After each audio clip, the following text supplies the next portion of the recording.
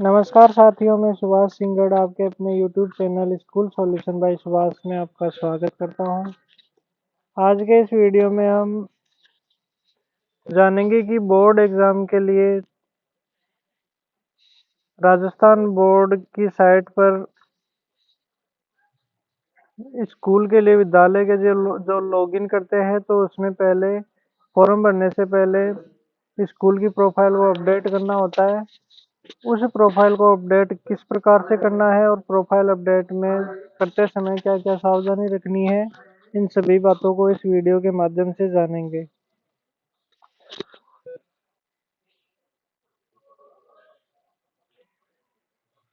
School profile update करने के लिए आपको अपने गूगल क्रोम में BSER सर्च करना है, अर्थात board of secondary education Rajasthan Ajmer की साइट को सर्च करना है। जैसे ही सर्च करेंगे तो इस प्रकार की स्क्रीन आपके सामने दिखेगी। यहाँ ऊपर ही ऊपर लिंक दे रखा है board of secondary education Rajasthan Ajmer, इस पर क्लिक करना है। जैसे इस पर क्लिक करेंगे इस प्रकार का इंटरफेस खुलेगा। नीचे स्क्रॉल डाउन करने पर आपके सामने एक ऑप्शन आएगा, online form for board main exam 2023। इस पर आपको क्लिक करना है। जैसे ही क्लिक करेंगे तो यहाँ आपके सामने इस प्रकार का इंटरफेस खुलेगा। यहाँ आपको स्कूल कोड, आपका जो विद्यालय कोड है वो यहाँ एंटर करना है और नीचे पासवर्ड एंटर करके यहाँ लॉगिन कर लेना है। जैसे लॉगिन करेंगे तो आपके सामने आगे कुछ इस प्रकार का इंटरफेस खुलेगा।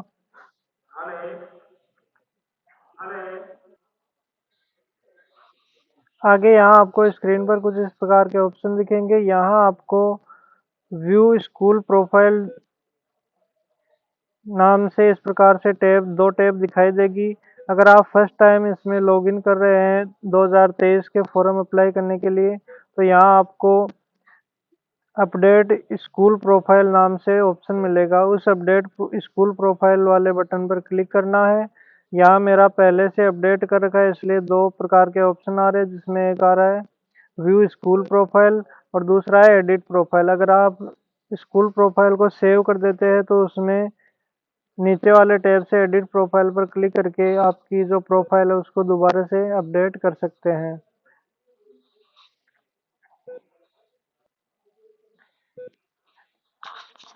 जैसे ही अपडेट स्कूल प्रोफाइल डिटेल पर क्लिक करेंगे तो यहाँ आपके सामने इस प्रकार का इंटरफेस दिखाई देगा, जिसमें आपको विद्यालय का कोड दिखाई देगा, विद्यालय का नाम दिखाई देगा और यहाँ पर कुछ ऐसे ऑप्शंस है जो ब्लैंक रहेंगे, उनको आपको फिल करना है। जैसे विद्यालय का पूरा पता है, पिन कोड है, दूरभाष नंबर है, ईमेल आईडी वगैरह जो भी है ये आपको कंप्लीट फिल कर लेनी है। यहाँ फिल करके जैसे नीचे स्क्रॉल डाउन करेंगे,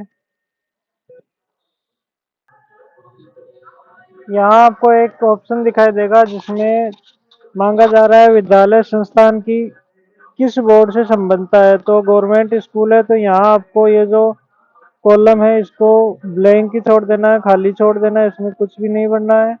बाकी सारी डिटेल आपको यहाँ कंप्लीट भरनी है। और इसी के साथ यहाँ नीचे आपको एक ऑप्शन और दिख रहा है बोर्ड के साथ संबद्धता का वर्ष। तो इसमें आपको जो माध्यमिक और उच्च माध्यमिक है इनको यहाँ से आपको स्थायी कर देना है और आगे जो डेट है उसमें कुछ भी नहीं भरना है।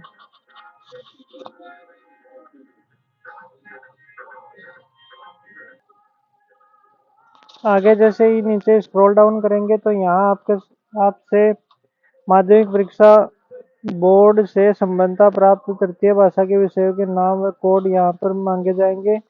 यहाँ आपको जो थर्ड लैंग्वेज है वो चूज करनी है, संस्कृत है तो संस्कृत चूज करनी है और इसके अलावा और कुछ भी है तो वो आपको यहाँ पे चूज करके सेलेक्ट कर लेना है। फिर नीचे ऑप्शन आ रहा है उच्च माध्यमिक परीक्षा में बोर्ड से संबद्धता प्राप्त विषयों के नाम व कोड, अर्थात जो जो आपको यहाँ शंकाएं है उन शंकाएं के सामने इस प्रकार से कोड दे रखे हैं, यहाँ कोड आपको सेलेक्ट कर लेना है।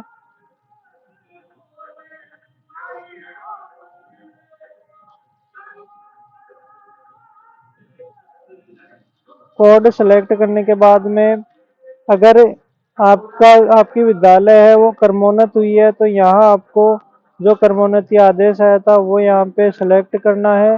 और यहाँ ध्यान रखना है कि जो क्रमोन्नति आदेश है उसकी फ़ोटो जेपीजी या जेपीईजी में होनी चाहिए, और जिसकी साइज़ है वो 20 केबी या 20 केबी से लेकर 200 केबी के बीच में होनी चाहिए।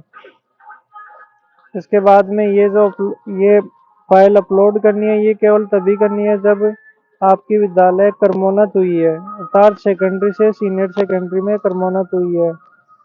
आगे यहाँ आपको प्रीवियस एग्ज़ाम सेंटर पिछले साल जो एग्ज़ाम सेंटर था वो कहाँ था, उस स्कूल की यहाँ पे आपको एंट्री करनी है।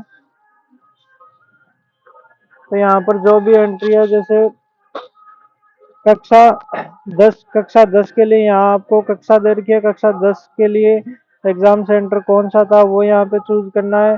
अगर केवल एक ही विद्यालय में एग्ज़ाम लगी है तो एक ही चूज करना है, बाकियों को ब्लैंक छोड़ देना है।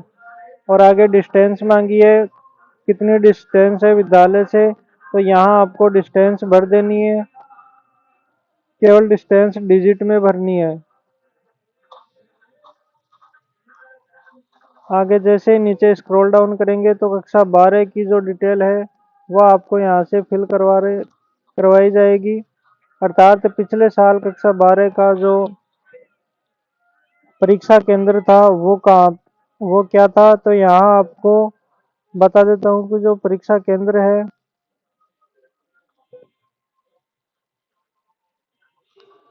वो आपको यहाँ सीरियल से दे रखा है। तो आपको जो सीरियल है, जैसे मेरे केस में 28,164 है, तो मैं यहाँ से डायरेक्ट 28,164 पर पहुँच जाऊँगा और वो सिलेक्ट कर लूँगा। इस प्रकार से डिस्टेंस भी सिलेक्ट कर लेनी है। ये सब सिलेक्ट करने के बाद में आगे आपको निकटतम नोडल विद्यालय का नाम पूछा है, निकटतम नोडल विद्यालय कौन सा है, और उसी के साथ में जिला मुख्यालय से उस निकटतम नोडल विद्यालय की दूरी कितनी है। ध्यान रखना है जिला मुख्यालय से ये दूरी बतानी है।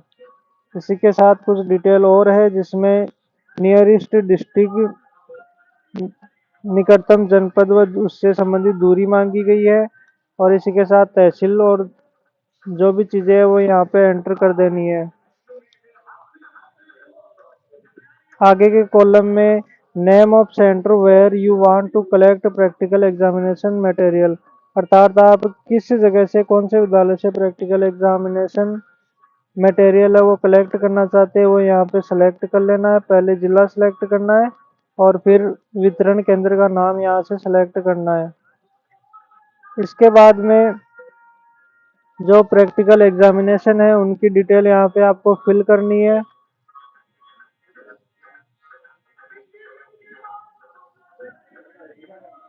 यहाँ आपको बता देता हूँ कि आपको सब्जेक्ट वाइज यहाँ पे प्रैक्टिकल नंबर ऑफ स्टूडेंट, कितने स्टूडेंट, जैसे फिजिक्स के लिए मेरे केस में 35 स्टूडेंट है तो यहाँ पर 35 फिल करना है। और फिर लैब की, आपके जो लैब है उसकी कैपेसिटी कितनी है वो यहाँ पे सेलेक्ट करनी है। जैसे मेरे केस में लैब की कैपेसिटी 15 है तो यहाँ पे 15 फिल कर दूंगा। इसी प्रकार से एक एक करके यहाँ पे आपको सब्जेक्ट चूज कर लेना है, उसमें नंबर ऑफ स्टूडेंट्स एंटर करने हैं और लैब कैपेसिटी यहाँ पे एंटर करनी है। इसके आगे आंसर बुक्स, स्टेशनरी, ये डिटेल आपसे फिल करवाई जाएगी। इसमें यहाँ फर्स्ट कॉलम में आ रहा है practical answer sheet. Practical answer sheet आपको यहाँ ध्यान रखनी है कि जितनी आपको शेष बचे वो पहले यहाँ एंटर करनी है, और टोटल आपको कितनी यहाँ पे रिक्वायर्ड है, यहाँ जो रिक्वायर्ड है वो यहाँ पे एंटर नहीं करनी है, आपको जो स्टूडेंट्स है उनके हिसाब से यहाँ पर एंट्री करनी है। जैसे मेरे केस में मेरे पास टोटल आंसर शीट्स 298 की रिक्वायर्ड है, अर्थात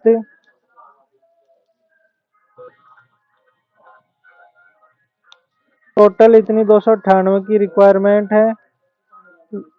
जो शेष बची है वो यहाँ पे फिल कर देंगे। तो आगे से वो कितनी आएगी वो यहाँ पे ऑटोमेटिक आ जाएगी। जैसे मैंने 298 एंटर किया और यहाँ पे लास्ट ईयर बैलेंस में 16 एंटर किया, तो जो 282 है ये ऑटोमेटिक यहाँ पे आ जाएगा। इसी प्रकार से ड्राइंग शीट ज्योग्राफी के लिए, ड्राइंग के लिए और फिजिक्स के लिए ग्राफ पेपर, ये सब यहाँ पे आपको सेलेक्ट कर ले फिल कर देने हैं। पहले दो कॉलम आपको मैन्युअली फिल करने हैं, तीसरा कॉलम ऑटोमेटिक यहाँ पे आ जाएगा। इसी के साथ में whether your school was centre in board exam, अगर आपकी जो विद्यालय है वो बोर्ड एग्जाम प्रैक्टिकल एग्जाम के लिए सेंटर थी, तो यहाँ पे यस चूज करना है, वरना नो चूज करना है। यस चूज करेंगे तो आपसे यहाँ पे अपने विद्यालय का सेंटर कोड यहाँ पे फिल करवाया जाएगा।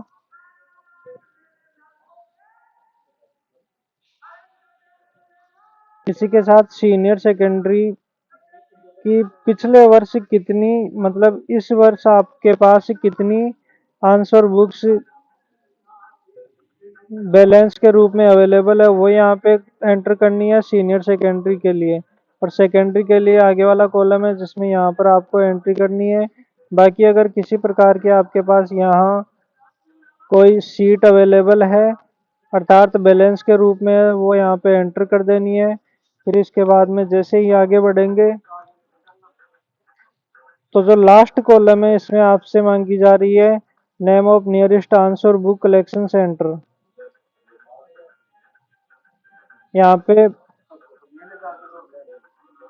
अगर एग्जाम सेंटर 2022 में तो था, तो यहाँ पे आपको यस चूज कर लेना है, वरना नो चूज करना है। साथ में जिला यहाँ पे चूज कर लेना है, और नेम ऑफ कलेक्शन सेंटर जहाँ से जो आंसर बुक्स है और जो पेपर्स है वो जो कलेक्ट करते हैं वो यहाँ पे आपको चूज कर लेना है। इतना सब करने के बाद में इसको एक बार अच्छे से चेक कर लेना है। यहाँ एक बार फिर से आपको बता देता हूँ कि अगर गवर्नमेंट स्कूल है तो यहाँ आपको एक तो बोर्ड के साथ संबंधता का वर्ष इसमें परमानेंट कर लेना है और बाकी को खाली छोड़ देना है। किसी प्रकार का कोई डॉक्यूमेंट्स आपको यहाँ अटैच नहीं करना है। इसी के साथ में यहाँ आपसे एक चीज़ और मांगी जाएगी, विद्यालय संस्थान की किस बोर्ड से संबंधता है। तो यहाँ पे आपको गवर्नमेंट स्कूल है तो कुछ भी सिलेक्ट नहीं करना है, ब्लैंक छोड़ देना है। इसी के साथ में अगर आपकी विद्यालय क्रमोन्नत हुई है तब तो जो आदेश आया है उसकी फोटो यहाँ पे अपलोड करनी है। और क्रमोन्नत नहीं हुई है, पहले से सीनियर सेकेंडरी स्कूल है, सीनियर स्कूल है, तो यहाँ पे आपको कुछ भी चूज करके सेलेक्ट नहीं करना है। और लास्ट में आपको ये जो डिटेल है वो अच्छे से चेक करके यहाँ सबमिट वाले बटन पर क्लिक कर देना है। जैसे ही सबमिट वाले बटन पर क्लिक करेंगे तो आपके सामने प्रोफाइल अपडेटेड सक्सेसफुली का मैसेज आ जाएगा। और अगर किसी भी वजह से आपसे प्रोफाइल अपडेट करने में गलती हो गई है तो यहाँ आपको लेफ्ट कॉर्नर में डैशबोर्ड का ऑप्शन मिलेगा, इस पर क्लिक करना है। जैसे ही इस पर क्लिक करेंगे तो इधर आपको दो ऑप्शन मिलेंगे, व्यू स्कूल प्रोफाइल और दूसरा है एडिट प्रोफाइल। एडिट प्रोफाइल पर क्लिक करके आपको एडिट कर लेनी है। और अगर प्रिंट निकालनी है तो व्यू स्कूल प्रोफाइल पर क्लिक करके प्रिंट निकाल सकते हैं। इस प्रकार की प्रिंट आ जाएगी। यहाँ इसको प्रिंट कर लेना है और अपने रिकॉर्ड के लिए रख लेना है। यहाँ आपको बता देता हूँ कि जैसे आप लैब कैपेसिटी यहाँ एंटर करते हैं तो यहाँ पर लैब कैपेसिटी आपको दिखाई नहीं देगी, मतलब लैब कैपेसिटी आपको यहाँ पर शो नहीं करेगी। तो यहाँ घबराने की कोई ज़रूरत नहीं है, अगर आपने सही फिल करी है तो कोई समस्या नहीं है।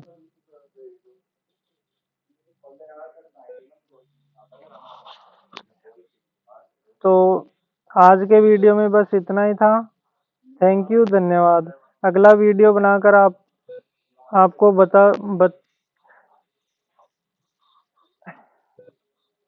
परीक्षा के लिए ऑनलाइन फॉर्म किस प्रकार से अप्लाई किया जाता है उसकी संपूर्ण प्रोसेस को डिटेल वाइज देखेंगे, जिसमें कुछ समस्याएं आ रही है जैसे आधार ऑथेंटिकेशन, जन आधार ऑथेंटिकेशन, उन सभी की प्रोसेस को अच्छे से वीडियो के माध्यम से देखा जाएगा।